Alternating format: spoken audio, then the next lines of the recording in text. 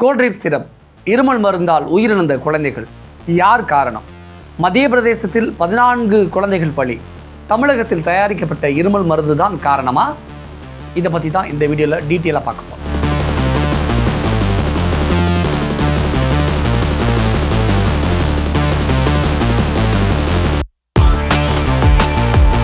இதுவரை கண்டுபிடிக்கப்பட்டதிலேயே அதிநவீன தொழிற்சாலை எது அப்படின்னு கேட்டால் நம்ம மனித உடல் தான்.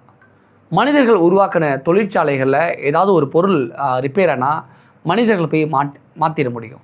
ஆனால் நம்ம மனித உடம்பில் ஏதாவது ஒரு பார்ட் கெட்டு போச்சுன்னா, ஏதாவது ஒரு சில விஷயங்கள், ஏதாவது உடல் உபாதைகள், சில விஷயங்கள் ஏற்படும் பொழுது நம்ம உடம்பு சின்ன சின்ன பிரச்சனைகளுக்கு தானாகவே சரியாகக்கூடிய ஒரு ஆற்றல் இருக்குது. அப்பேற்பட்ட உடம்பு நம்மளுடைய உடம்பு இயற்கையிலவே கடவுளால் டிசைன் பண்ணப்பட்டு கடவுள் இயற்கை நம்ம கொடுத்த ஒரு விஷயம். ஆனால் நம்ம அதோட இயல்பையும் தன்மையையும் புரிஞ்சிக்காமல் லேசாக சலதோஷம் பிடிச்சாலோ இருமல் வந்தாலோ மருந்துகளையும் மாத்திரைகளையும் வாங்கிக்கிட்டு உடம்பை போட்டு அந்த ஒரு சித்திரவதைக்கு உள்ளாக்குறோமோ அப்படிங்கிற ஒரு அச்சம் நமக்குள்ளே ஏற்படுது. அது மட்டும் இல்லை, தேவையில்லாத பாதிப்புகளை நமக்கு நாமே உருவாக்கிக்கிட்டு இருக்கோமோ அப்படிங்கிற கேள்வியும் எழுகுது. மத்திய பிரதேச மாநிலத்தில் இருமல் மருந்து கொடுக்கப்பட்ட 10க்கு மேற்பட்ட அப்பாவி குழந்தைகள் உயிரிழந்த செய்திகள் அடுத்தடுத்து வந்துக்கிட்டு தான் இருக்குது. இன்னும் நிறைய குழந்தைகள் மருத்துவமனைகளை ட்ரீட்மெண்ட்டில் இருக்காங்க அப்படின்னும் செய்திகள் வெளியில் வருது. முதல்ல அங்கே என்ன நடந்துச்சு அப்படிங்கிறது தான் ரொம்ப ஒரு முக்கியமான விஷயம். மத்திய பிரதேச மாநிலம் சாத்வாரா மாவட்டத்தில் நிறைய குழந்தைகளுக்கு சளி இருமல் தொந்தரவு ஏற்பட்டிருக்கு. அந்த பகுதியிலிருந்து அரசு மருத்துவமனைகளுக்கு குழந்தைகளை அழைச்சிட்டு வந்திருக்காங்க. பிரவீன் சோனிங்கிற மருத்துவர் அந்த குழந்தைகளுக்கு அந்த கோல்ட்ராஃப் அப்படிங்கிற அந்த இருமல் சிறப்பை பரிந்துரை செஞ்சுருக்காங்க. நிறைய பேர் அதை வாங்கிட்டு வீட்டில் போய் குழந்தைகளுக்கு கொடுத்துருக்காங்க. ஆனால் அந்த மருந்தை, அந்த டானிக்கை எடுத்துக்கிட்ட நிறைய குழந்தைகளுக்கு ஃபஸ்ட்டு சிறுநீரக கழிக்கிறதுல பிரச்சனை ஏற்பட்டிருக்கு, முகம் வீங்கியிருக்கு, சில பேருக்கு வாந்தி ஏற்பட்டிருக்கு. இப்படி நிறைய சைட் எஃபெக்ட் வந்திருக்கு. திரும்பவும் அதே ஹாஸ்பிட்டலில் போய் அட்மிட் பண்ணுறாங்க. எல்லா மருத்துவர்களுமே அந்த குழந்தைங்கக்கிட்ட என்ன சாப்பிட்டதுக்கப்புறம் இப்படி வந்துச்சு, என்ன எடுத்துக்கிட்டதுக்கப்புறம் இப்படி வந்துச்சுன்னு கேட்டதுக்கப்புறம் எல்லாருமே நீங்கள் கொடுத்த அந்த இருமல் மருந்து சாப்பிட்டதுக்கப்புறம் தான் இப்படி வந்திருக்கு அப்படின்னு அந்த டாக்டர்கிட்ட சொல்லியிருக்காங்க. மருத்துவமனைகளுக்கு உடனே அந்த குழந்தைகளை தூக்கிட்டு போய் உடனடியாக அட்மிட் பண்ணியிருக்காங்க. நிறைய பேருக்கு சிறுநீரகம் முழுமையாக பாதிக்கப்பட்டிருக்கு அப்படிங்கிற விஷயமும் அடுத்தடுத்து தெரிய வந்திருக்கு. நிறைய குழந்தைகள் மிக கடுமையான அவஸ்தைகளுக்கும் உள்ளாகி அந்த குழந்தைகளில் ஒரு கட்டத்தில் இறக்கவும் செஞ்சுருக்காங்க. இதுதான் அந்த குழந்தைகளுக்கு அடிப்படையில் அந்த ஸ்டார்டிங்கில் அந்த குழந்தைகளோட மரணம் வரைக்கும் நடந்த ஒரு விஷயமாக பார்க்கப்படுது. இருமல் மருந்தால் இப்படியான பாதிப்பு வருமா? இதை தெரியாமலா அந்த மருத்துவர்கள் தொடர்ந்து அந்த குழந்தைய பரிந்துரை செஞ்சுருப்பாங்க அந்த இருமல் மருந்தை அப்படிங்கிற மிகப்பெரிய கேள்வி நேரத்தில் எழுந்திருக்கு. இதே மாதிரி ராஜஸ்தான் மாநிலத்திலேயும் கோல்ட்ராஃப் இந்த இருமல் மருந்தை பயன்படுத்திய சில குழந்தைகள் அங்கேயும் உயிரிழந்திருக்காங்க. இவ்வளோ பெரிய சம்பவம் நடந்து இவ்வளோ குழந்தைகள் இறந்த பிறகு மத்திய பிரதேச அரசு சம்மந்தப்பட்ட அரசு மருத்துவமனையில் பரிந்துரைக்கப்பட்ட இருமல் மருந்து சாம்பிளை சோதனை செஞ்சு பார்த்துட்டு இதனால் எந்த பிரச்சனையும் இல்லைன்னு சொல்லிட்டாங்க. இந்த விவகாரத்தில் நம்ம முக்கியமாக கவனிக்க வேண்டிய செய்தி என்ன அப்படின்னா, 10க்கு மேற்பட்ட குழந்தைகளுடைய உயிரை பறித்ததாக சொல்லப்படக்கூடிய அந்த கோல்ட்ராஃப் அந்த இருமல் மருந்து தயாரிக்கப்பட்டது நம்ம காஞ்சிபுரம், அதாவது நம்ம தமிழ்நாட்டில் காஞ்சிபுரம் மாவட்டத்தில். இங்கிருந்து ஒரு மருந்து கம்பெனி தான் அந்த இருமல் மருந்தை தயாரித்து இந்தியா முழுவதும் சப்ளை பண்ணியிருக்கு. இது தொடர்பாக மத்திய பிரதேச அரசு தமிழக அரசுக்கு கடிதம் மூலமாக தெரியப்படுத்த உடனே தமிழக மருந்து கட்டுப்பாட்டுத்துறை அதிகாரிகள் அந்த மருந்து கம்பெனியில் ஆய்வு நடத்தியிருக்காங்க. அங்கிருந்து சாம்பிள் மருந்துகளை ஆய்வு செஞ்சு பார்த்ததில் ஒரு அதிர்ச்சியூட்டும் ஒரு திருக்கிடும்படியான ஒரு செய்தி, ஒரு ரிப்போர்ட் கிடச்சிருக்கு. அது என்ன அப்படின்னா, மருந்துகளை கலக்கக்கூடாத டை எத்தலைன் கிளிக்கல் அப்படிங்கிற ஒரு ரசாயனம் அந்த கோல்ட்ராஃப் அந்த இருமல் மருந்தில் கலந்து இருக்குது, கண்டுபிடிக்கப்பட்டிருக்கு. இந்த டை எத்தலைன் கிளிக்கல் அப்படிங்கிறது பெயிண்ட்டு, இந்த பிளாஸ்டிக் மாதிரியான பொருட்களை தயாரிக்கும் போது அந்த குறிப்பாக தொழிற்சாலைகளெல்லாம் இந்த பொருளை, இந்த டை எத்தனாலை பயன்படுத்துவாங்க. ஒரு கெமிக்கல், ஆக்சுவலி ஒரிஜினலாகவே அது ஒரு கெமிக்கலு, தண்ணீர் மாதிரி தான் இருக்கும். இப்போ நம்ம அந்த பேட்ரி தண்ணீர்லாம் சொல்லுவாங்கள்ல, கிட்டத்தட்ட அந்த மாதிரின்னு கூட வச்சுக்கலாம். மார்க்கெட்டில், சந்தையில் ரொம்ப விலை குறைவாக இருக்குது அப்படிங்கிறதுக்காக அந்த ரசாயன விலை, அதாவது குறைவாக இருக்கிற அந்த ரசாயனத்தை இதில் பயன்படுத்தின விஷயம் கண்டுபிடிச்சப்பட்டிருக்கு. சில மருந்து கம்பெனிகள் அதை சிறப்புகளில் கலக்கிறதா சொல்லப்படுது. இது எந்த அளவுக்கு உண்மை பொய்ன்னு தெரியாது. ஆனால் காஞ்சிபுரத்தில் நடந்த இந்த இன்சிடெண்ட், இந்த ஆய்வில் அப்படியான விஷயங்கள் கண்டுபிடிக்கப்பட்டிருக்கு.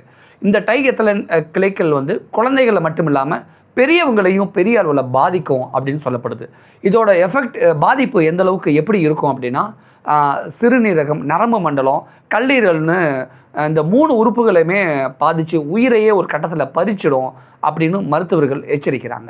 இப்படி அந்த மருந்து கம்பெனியில் இப்படியெல்லாம் டை கெமிக்கல் பயன்படுத்துறது கண்டுபிடிச்ச தமிழக சுகாதாரத்துறை அதிகாரிகள் உடனடியாக அந்த மருந்து கம்பெனியை மூடி சீல் வச்சுட்டாங்க. ஆனால் இறந்த குழந்தைகளுக்கான பதில் என்ன? அப்பாவி குழந்தைகளை பறிகொடுத்த தவிக்கிற அந்த குடும்பங்களுக்கு நீதி என்ன அப்படிங்கிற மிகப்பெரிய ஒரு கேள்வி இருக்கு இல்லையா? ஆனால் மத்திய அரசு 2 வயதுக்கு உட்பட்ட குழந்தைகளுக்கு இருமல் மருந்துகளை தராதீங்க அப்படிங்கிற பரிந்துரையோட அமைதியாயிருச்சு அப்படின்னு மட்டும்தான் நினைக்க தோணுது, கேள்வி கேட்க தோணுது. அதற்கு மேலே அதை மீறி எந்த ஸ்டெப்பும் மத்திய அரசு எடுக்கலையோ அப்படிங்கிற கேள்வி தான் இந்த இடத்துல பெரிய அளவில் இருக்குது. உடல்நிலை சரியில்லைன்னு போனாலே அந்த டெஸ்ட், இந்த டெஸ்ட் டேக். பொதுவாக நம்ம ஹாஸ்பிட்டலுக்கு உடம்பு சரியில்லை அப்படின்னு போனாலே அந்த டெஸ்ட் எடுத்துகிட்டு வாங்க, இந்த டெஸ்ட் எடுத்துகிட்டு வாங்கன்னு பெருசாக செலவை இழுத்து விடுவாங்க. நம்மளும் அதை பற்றி பெருசாக கண்டுக்காமல் உடம்பு தான் முக்கியம்னு நம்ம செலவு பண்ணி நிறைய விஷயங்கள் நம்ம நிறைய டெஸ்ட் எடுப்போம். பெரும்பாலான மக்கள் வந்து மெடிக்கலில் போய் மருந்து மாத்திரைகளை வாங்கிட்டு அவங்க இஷ்டத்துக்கு அவங்க விருப்பத்துக்கு சாப்பிடுவாங்க. டாக்டரை கன்சல்ட் பண்ணாமல் நமக்கு இந்த இருமல் தானே, நமக்கு இந்த ஃபீவர் தானே, இந்த தலைவலி தானே அப்படின்லாம் மெடிசன்ஸ் எடுத்துப்பாங்க மெடிக்கல் ஷாப்பில் போயிட்டு. அதை குழந்தைங்களுக்கு கூட எந்த டாக்டரோட ரெக்கமெண்டேஷன் இல்லாமல் அந்த மருந்து மாத்திரைகளை கொடுக்கறதும் ஒரு அவலமான ஒரு விஷயமாக தான் பார்க்கப்படுது. இப்படி மருத்துவர்கள் பரிந்துரைக்கிற மருந்துகள்லேயே இவ்வளோ பெரிய ஆபத்துகள் இருக்கும்போது சும்மா நம்ம வாண்டடாக மெடிக்கல் ஷாப்பில் போய் அவங்க தரக்கூடிய மருந்து மாத்திரைகளை எவ்வளோ ஆபத்து இருக்கும், அது நம்ம பயன்படுத்துறதுனால இன்னும் சைடு எஃபெக்ட்ஸ் அதிகமாக இருக்கும் அப்படிங்கிற ஒரு அவேர்னஸும் நம்ம மக்கள்கிட்ட இல்லாமல் தான் இருக்குது. இத்தனை குழந்தைகள் பலியான பிறகும் மத்திய பிரதேசத்தில் அந்த கோல்ட்ராஃப், அந்த மருந்து எத்தலின் கிளைக்கல் அதிகமாக இருக்குன்னு கண்டுபிடிச்ச தமிழ்நாடு, கேரளா, மத்திய பிரதேசம், ஜார்க்கண்ட் மாநிலங்களில் அந்த மருந்துக்கு முழுவதுமாக தடை விதிச்சிருக்காங்க. ஆனால் இது நாள் வரைக்கும் அந்த மருந்து எத்தனாயிரம் பேர் குடிச்சிருக்காங்க, அந்த மருந்தை பயன்படுத்தின எத்தனாயிரம் பேர் பாதிக்கப்பட்டிருக்காங்க, எத்தனாயிரம் பேர் இறந்துருக்காங்க அப்படிங்கிற எந்த ஒரு செய்தியும், எந்த ஒரு புள்ளி விவரமும் இது வரைக்கும் நம்மக்கிட்ட கிடையாது. அவங்களோட நிலைமை என்ன? இதுக்கெல்லாம் இங்கே என்ன சோதனை முறைகள் இருக்குது? மருந்துகளை கண்காணித்து நடவடிக்கை எடுக்க வேண்டிய மத்திய மருந்து கட்டுப்பாட்டுத்துறை இங்கே செயல்பட்டு தானே இருக்குது, இங்கே செயல்பாட்டில் தானே இருக்குது, ஆக்டிவாக இருக்கா அப்படிங்கிற பல்வேறு சந்தேகங்களும் பல்வேறு கேள்விகளும் இங்கே இயல்பாக எழதான் செய்யுது. இங்கே பொதுமக்கள்கிட்ட ஒரு விஷயம் இருக்குது. ஜலதோஷம் பிடிச்சா டாக்டர்கிட்ட போனால் 1 வாரத்தில் சரியாயிடும், டாக்டர்கிட்ட போகலாட்டி இன்னும் 1 வாரத்தில் சரியாயிடும் அப்படின்னு ஒரு பழமொழி சொல்லுவாங்க நம்ம ஊர் சைட்லலாம். அந்த மாதிரி ஜலதோஷம், இருமல், இந்த மாதிரியான விஷயங்கள்லாம் நம்மளுடைய உடல் வந்து தன்னை தகவமைச்சிக்கிறதுக்காக எடுத்துக்கிற சின்ன சின்ன செயல்பாடுகள் அப்படிங்கிற ஒரு புரிதல் இங்கே நிறைய பேருக்கு இல்லாமல் இருக்குது. இது தானாகவே சரியாயிடும்னு மருத்துவர்கள் இயல்பாகவே எல்லார்ட்டையுமே சொல்லக்கூடிய ஒரு விஷயந்தான். பாலில் மஞ்சள் தூள் போட்டு குடிங்க, மிளகு சேர்த்து குடிங்க, ஆவி பிடிக்கிற விஷயங்கள் அப்படின்னு நம்ம இயல்பாகவே நம்ம பாட்டி வைத்தியம், கை வைத்தியம் சொல்லுவாங்க இல்லையா, இதெல்லாம் இயல்பாக காலங்காலமாக இங்கே இருந்த ஒரு விஷயம். இன்றைக்கி இதெல்லாம் இல்லாமல் போனதுனால ஒரு சின்ன விஷயம் இருந்தால் கூட நம்ம ஹாஸ்பிட்டல் ஓடி போய் நம்ம பார்த்துறோம். ஆனால் இந்த மாதிரியான கை வைத்தியங்கள் மூலமாக நல்ல தீர்வுகள் இருக்குது அப்படின்னு பலரும் பல விதமாக நம்ம வீட்டில் இருக்கக்கூடிய பெரியவங்களே சொல்லுவாங்க. நிறைய ஹாஸ்பிட்டலில் டாக்டர்ஸே இந்த மாதிரியான விஷயங்களை சொல்லுவாங்க. இதை விட்டுட்டு சின்ன சின்ன விஷயத்துக்கெல்லாம் பதறி போய் பதட்டம் அடைஞ்சு தேவையில்லாமல் குழந்தைகளுக்கும் நம்ம இது மாதிரியான சின்ன சின்ன விஷயங்களுக்கும் மெடிசன்ஸு, மருந்து அப்படின்னு கொடுத்து குழந்தைகளையும் அந்த விஷயத்தை இழுத்து விடுறோமோ அப்படிங்கிற ஒரு கேள்வி இந்த இடத்துல இருக்குது. குழந்தைங்க விஷயத்தை பொறுத்த வரைக்கும் சுகாதாரமாக சத்தான ஆதாரங்களை தந்து அவங்கள உற்சாகமாக நம்ம பார்த்துக்கலாம். நேரடியாக மருந்துங்களுக்கு போயிட்டு மருந்து மாத்திரைகளை வாங்குறதை தவிர்த்துட்டு குழந்தைகள் தான் நம்ம எதிர்காலம் அப்படிங்கிற அந்த தொலைநோக்கு பார்வையை நம்ம மனசில் வச்சுக்கிட்டு அவர்களை பேணி பாதுகாக்க வேண்டியது, அவர்களுக்கு தேவையான ஆரோக்கியமான ஹெல்த்தியான விஷயங்களை நம்ம முன்னெடுத்து செல்வது தான் இந்த இடத்துல சால சிறந்தது. அதுதான் ஆரோக்கியமான ஒரு விஷயம் கூட.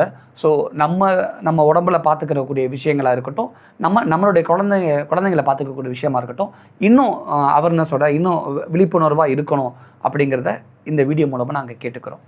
நன்றி.